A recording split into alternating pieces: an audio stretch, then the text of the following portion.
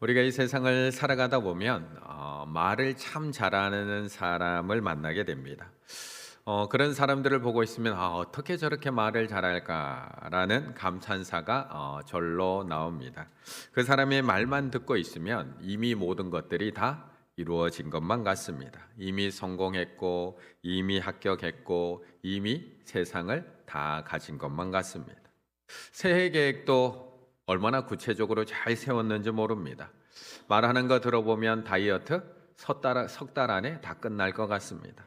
자격증 시험 상반기에 합격하고 다 끝날 것 같고요. 취업 벌써 회사 다니고 있는 것 같습니다. 그런데 그 사람의 말을 믿어야 될까요? 아니면 행동을 믿어야 될까요? 행동은 말보다 훨씬 크게, 훨씬 명확하게 말한다. 직원은 상사의 타고난 관찰자이다. 상사들이 말하고 행동하는 모든 것들을 직원들에게 그들의 진짜 관심사, 목표, 우선사항, 그리고 가치관이 무엇인지 간접적으로 가르쳐주고 이는 놀랄 만큼 빠르게 조직에 전파된다. 사실 우리 부교육자들은 제가 어떤 사람인지 이미 다 알고 있습니다. 그것은 제가 저에 대해서 말해서 알고 있는 게 아니라 저의 행동을 보고 다 알고 있습니다. 아무리 제가 저 착해요 라고 이야기를 해도, 또는 제가 얼마나 똑똑한지 알아요? 라고 이야기를 해도, 또 우리 부교육자들에게 제가 얼마나 정말 장롱건 닮은지 알아요? 라고 이야기를 해도 우리 교육자들은 제 말이 아니라 제 행동을 보고 알고 있습니다. 이렇게 말을 해서 하는 것이 아니라 행동을 보고 사람들은 다 압니다. 제 관심사가 무엇인지, 저의 목표가 무엇인지, 저의 우선사항이 무엇인지, 제가 어떤 일을 판단할 때 어떤 가치관으로 판단을 하고 있는지 이미 다 파악을 하고 있습니다. 그런 관찰자라는 것입니다. 그렇다면 가정에서는 어떨까요? 가정에서 우리 자녀들은 어떨까? 우리 자녀들은 우리 부모들의 무엇을 보고 우리를 파악하고 있을까요? 말을 보고 파악하고 있을까요? 행동을 보고 파악하고 있을까요? 42절의 말씀을 함께 읽겠습니다. 42절입니다. 그들이 사도의 가르침을 받아 서로 교제하고 떡을 떼며 오로지 기도하기를 힘쓰니라. 아멘. 오늘 본문 사도행전 2장 42절로 47절까지는 기독교의 역사 속에서 가장 아름답고 또한 동시에 가장 강력한 공동체의 모습을 우리에게 보여주고 있습니다. 이것은 오순절 성령 사건 이후에 베드로가 설교를 하자 3천 명이 회심하고 또한 세례를 받는 사건 바로 뒤에 이어서 나오는 하나님의 말씀입니다. 41절, 그 말을 받은 사람들은 세례를 받음에 이날의 신도의 수가 3천이나 더하더라. 그리고 오늘 본문이 시작이 되고 있습니다. 그런데 이런 놀라운 설교의 말씀을 통해서 사도들의 가르침을 받은 이 성도들의 말이 바뀌는 것이 아니라 삶이 바뀌고 있는 것을 볼 수가 있습니다. 말만 변화되는 것이 아니라 행동이 변화됩니다. 42절, 그들이 사도의 가르침을 받아 서로 교제하고 떡을 떼며 오로지 기도하기를 힘쓰니라. 아니, 베드로의 설교로 3천 명이 회심하고 세례를 받았으면 교회 안에 간증으로 넘쳐나야 되는 것 아닐까요? 목사님은 부흥회하러 다니고 이렇게 하면 부흥할 수 있다. 성도들은 간증하러 다니고 유목민이라고 하는 교회 속의 유튜브에서 우리 교회를 찾아오고 전국에서 부흥하는 교회라고 매스컴에서 소개가 되어야 되는 것 아닐까? 그런데 초대교회 성도들은 성도들의 사도의 가르침을 받고 나서 말이 많아진 것이 아닙니다. 내가 조금 알게 되었다고 누군가를 가르치러 들려고 하지도 않습니다. 교회가 부흥했다고 해서 자랑하러 다니지도 않습니다. 사도의 가르침을 받아 서로 교제하고 떡을 떼며 오로지 기도에 힘쓰고 있다라고 말씀을 합니다. 결국 오늘 본문은 초대교회 성도들이 사도들의 가르침을 받아 그들의 삶이 어떻게 변화되었는지에 대해서 우리에게 보여주고 있는 말씀입니다. 초대교회 성도들은 사도들의 가르침을 받아 자신이 배운 그 말씀을 삶 속에 실천하고 있는 겁니다. 하나님을 사랑하고 이웃을 내 몸처럼 사랑하는 말씀을 배워서 서로 교제하기 시작을 합니다. 주님이 우리를 위해서 죽으셨다는 그 놀라운 십자가 사랑을 배워서 함께 모여서 떡을 떼며 그 주님의 사랑을 나누고 있습니다. 하나님께서 내 삶의 주인이라는 것을 배워서 걱정하고 근심하는 것이 아니라 감사함으로 하나님 앞에 기도에 힘쓰고 있습니다. 이처럼 신앙은 말보다 행동으로 드러납니다.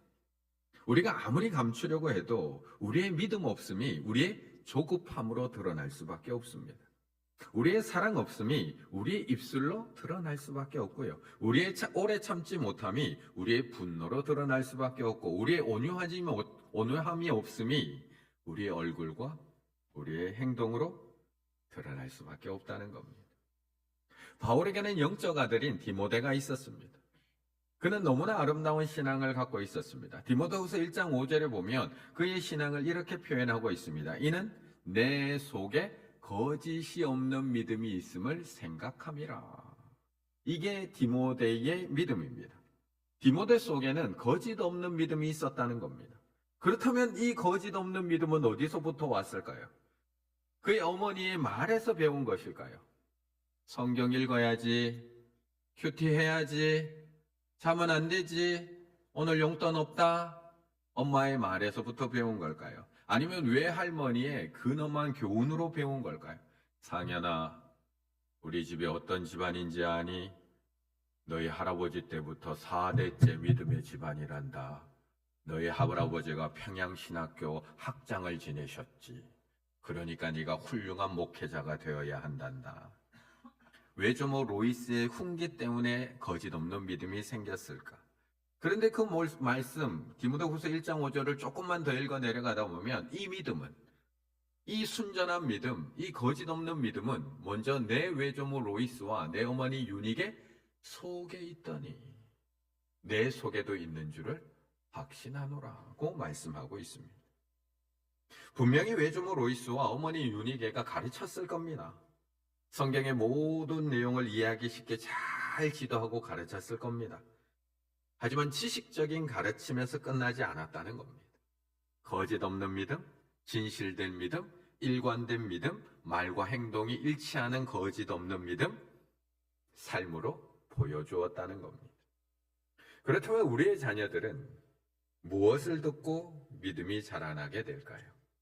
무엇을 보고 거짓 없는 믿음을 가질 수 있을까? 46절의 말씀 같이 있습니다. 46절입니다. 날마다 마음을 같이하여 성전에 모이기를 힘쓰고 집에서 떡을 떼며 기쁨과 순전한 마음으로 음식을 먹고. 아멘. 오늘 본문은 44절부터 사도들의 가르침을 받은 성도들의 삶이 어떻게 변화되어 가고 있는지를 구체적으로 보여줍니다. 이어지는 45절에는 그냥 넉넉해서 나누어 주는 것이 아니라 자신의 재산과 소유까지 팔아서 형제 자매들의 필요를 채워주기를 시작을 합니다. 그런데 중요한 것은 이 믿음의 행동이 일시적 행동이 아니라는 겁니다. 어쩌다 하루 특별한 나눔을 하고 있는 게 아닙니다. 우리도 어쩌다 하루 정도는 할 수 있습니다. 1년에 한 번 공동 식사로 성도들 섬기는 것, 큰 마음 먹고 섬길 수 있습니다. 1년에 한 번 사랑의 쌀 나누기 헌금하는 것, 우리도 얼마든지 마음 먹고 나눌 수 있습니다. 우리 청소년부 아이들 이번 주일부터 이제 필리핀 단기 선교 이제 다녀오게 될 텐데, 이번 한 번쯤은 내가 쓸 거 줄여서 우리 청소년부 아이들 얼마든지 후원할 수 있습니다. 그래도 오늘 본문은 이렇게 말씀합니다. 46절, 날마다 마음을 같이하여, 날마다라고 말씀을 합니다.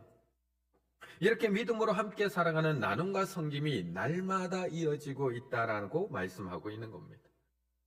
매주일 교회에서만 열심히 예배드리고 기도하고 봉사하고 서로 섬기는 모습으로 살아가는 우리의 모습이 아니라 성전에서도 집에서도 날마다 그 모습으로 똑같이 살아가고 있다는 겁니다. 전화를 받을 때만 네, 권사님이라고 목소리가 바뀌는 게 아니라 다른 형제, 다른 자매를 대할 때도 똑같았다는 겁니다. 날마다 함께 모여서 예배를 하고 서로 사랑하고 기쁨과 순전한 마음으로 음식을 나누어 먹었다고 말씀하고 있습니다. 그리고 아이들은 그 모습을 보면서 자연스럽게 믿음이 무엇인지를 보고 자라고 있는 겁니다.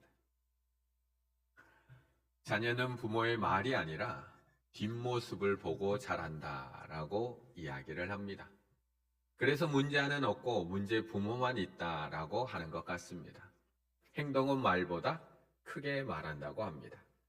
신앙교육은 앞에서 일반 서적이었는데 신앙교육에서는 더욱 그러합니다. 수영을 책으로만 배울 수는 없지 않습니까? 운전을 실내 연습장에서만 배울 수는 없지 않습니까? 그래서 보여주어야 합니다. 부모가 성경대로 사는 모습, 최선을 다해서 사는 모습을 우리가 보여주어야 합니다. 그렇다면 우리는 우리 자녀들에게 어디에서 이런 모습을 보여줄 수 있을까요? 어디에서 이런 믿음의 삶, 사랑의 삶, 화해하고 용납하는 삶, 배운 말씀대로 서로 나눔을 나누고 채워주는 삶을 우리가 도대체 어디에서 보여줄 수 있을까요? 학교에 있는 학부모 모임에 가서 이걸 보여줄 수 있을까요? 아니면 늘 모이면 재미있는 동창회 모임에 가서 이것이 가능할까요? 아니면 내가 매주 나가는 운동 모임에 가서 이걸 보여줄 수 있을까요? 불가능합니다. 46절을 보면 날마다 마음을 같이 하여 예수 그리스도의 마음이 같아야지 가능하다는 겁니다.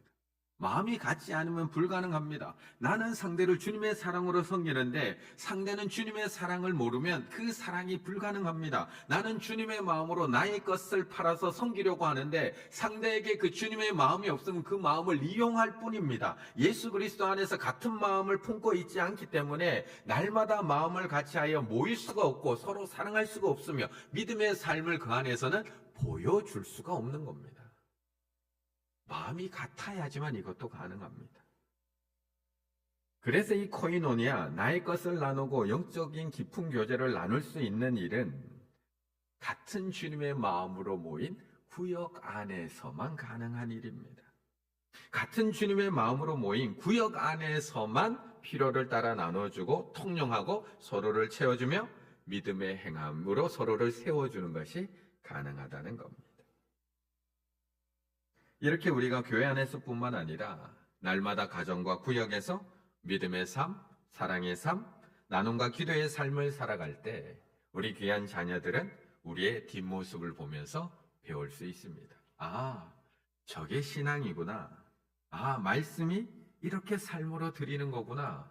예배만 잘 드리는 것이 신앙이 아니라 그 들었던 말씀이 행함으로 드러나야 되는구나. 남들을 돕는 일이 특별한 일이 아니구나. 이렇게 자연스러운 것이구나. 그래서 믿음 안에서 함께 더불어서 살아가야 되는 것이구나.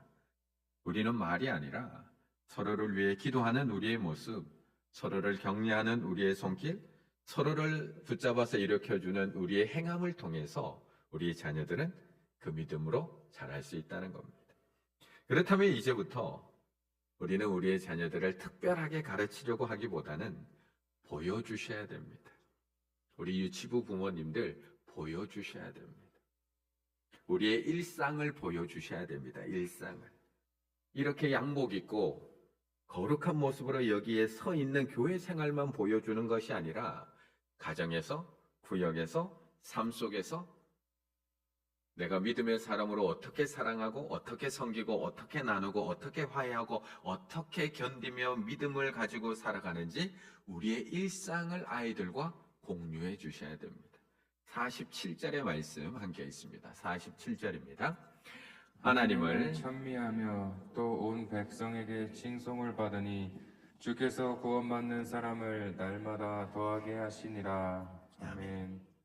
오늘 본문은 놀랍게 이렇게 마무리됩니다. 하나님을 찬미하며 또 온 백성에게 칭송을 받으니. 온 백성에게 칭송을 받으니. 아니, 어떻게 교회를 다니지 않는 온 백성들에게 칭송을 받을 수 있었을까요? 우리가 이렇게 나눔한다고 강구한 것도 아닌데, 김창옥 씨나 이호선 씨 같이 유명 강사를 불러서 새생명 축제로 초대한 것도 아닌데, 어떻게 온 백성들이 초대교회 성도들을 보고 칭송할 수가 있었을까요? 보았기 때문에 그렇습니다. 보았기 때문에, 보여주었기 때문에. 성도들이 살아가는 일상의 모습을 온 백성들이 보았기 때문입니다. 믿는 사람들이 함께 있으면서 서로 물건을 통용하는 모습을 보았고, 자신의 재산을 팔아서 서로의 필요를 채워주는 모습을 보았고, 날마다 마음을 같이해서 성전에 모일 뿐만 아니라 집에서도 순전한 마음으로 음식을 나눠 먹는 모습을 보았기 때문입니다. 교회 안에서만 믿음 있는 척 살아가는 바리새인의 삶이 아니라 일상에서 말씀대로 살아가는 초대교회 교인들의 모습을 보았기 때문입니다. 그래서 그들은 초대교회로 찾아오기 시작을 하는 겁니다. 그것을 보았기 때문에. 신앙을 전수한다는 것도 거창한 일이 아닙니다.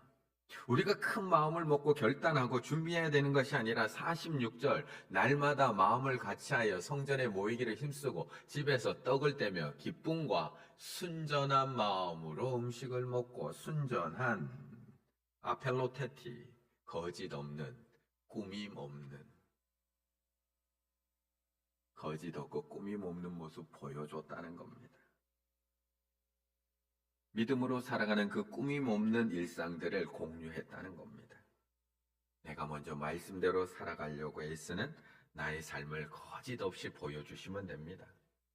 내가 먼저 사랑하려고, 내가 먼저 용납하려고, 내가 먼저 나의 욕심을 내려놓고 나누어주는 믿음의 삶을 거짓 없이 그냥 보여주시면 됩니다.